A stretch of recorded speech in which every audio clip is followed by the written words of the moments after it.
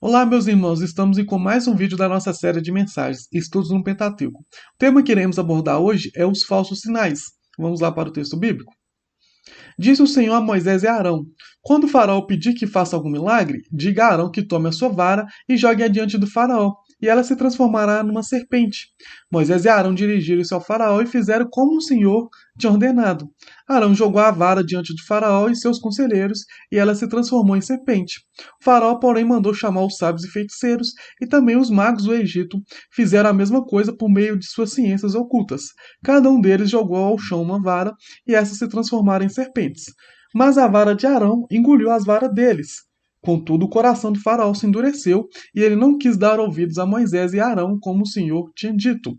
Esse texto está lá em Êxodo 8, 7, no verso 8 ao 13. E aqui é outro assunto interessante que a gente vai abordar sobre os falsos sinais.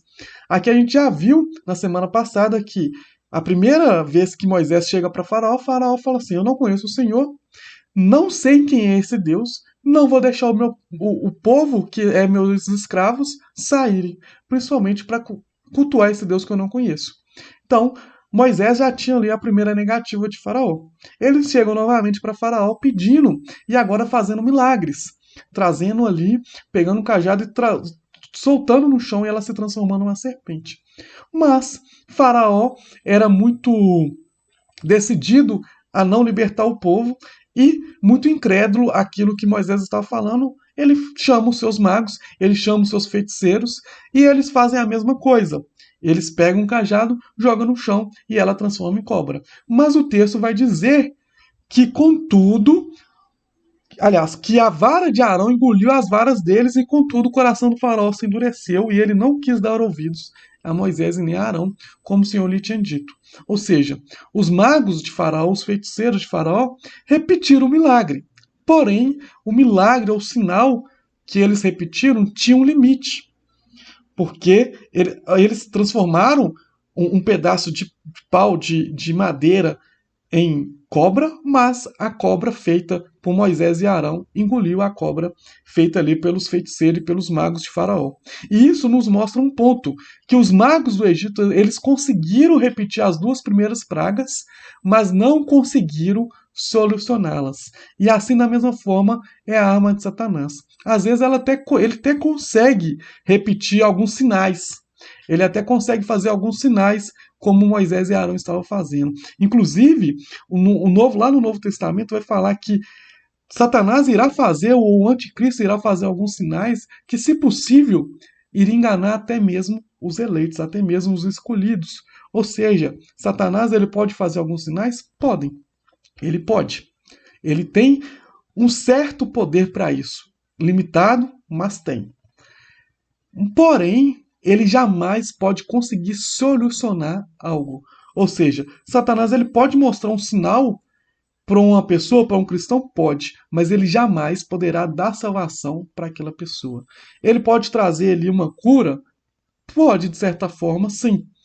Porém, ele jamais poderá dar salvação, trazer mudança de vida, trazer alegria para aquela pessoa. O poder de Satanás e o poder das obras do mal, da mesma forma que a gente viu ali entre os magos e os feiticeiros do faraó, são limitados. Mas o poder que Deus nos dá é ilimitado.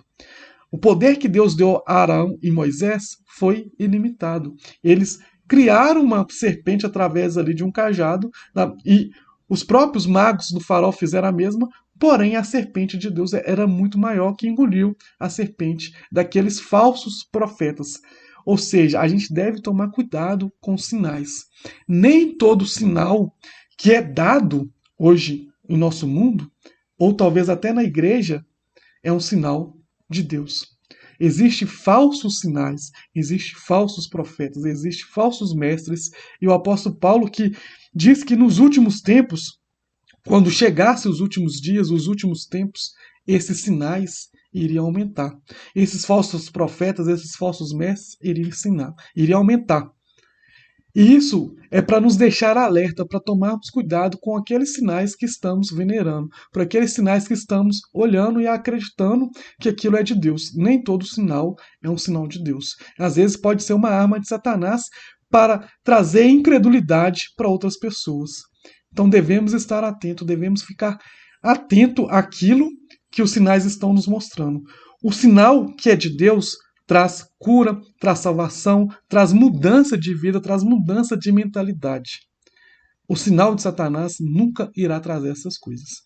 Espero que tenha ficado claro. Espero que vocês tenham entendido. Se ficou alguma dúvida, deixa aí no nosso canal o seu comentário, a sua pergunta, a sua dúvida, ou nas nossas redes sociais.